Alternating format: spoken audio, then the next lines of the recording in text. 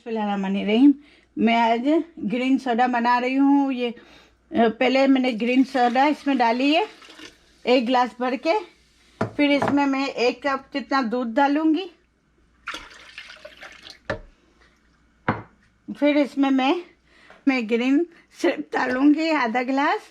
ये इसमें आइस डालूँगी और इसके बाद मैं इसमें वनीला आइसक्रीम डालूँगी।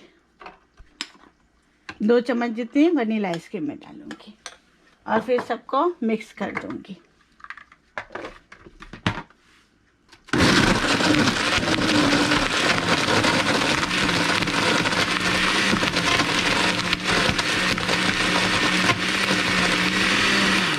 हमारी ये सोडा रेडी है, ग्रीन मिल्क सोडा। ये बहुत अच्छी लगती है। गर्मी में आप इसको बना के पिएं, आपको बहुत ही अच्छी लगेगी और बहुत ठंडक मिलेगी।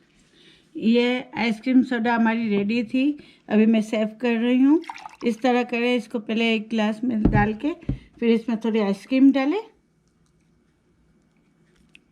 और 2 क्यूब आइस के डालें। ये बहुत अच्छी बनती है।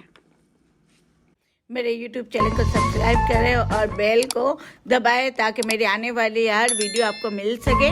और अगर मेरी वीडियो अच्छी लगे तो लाइक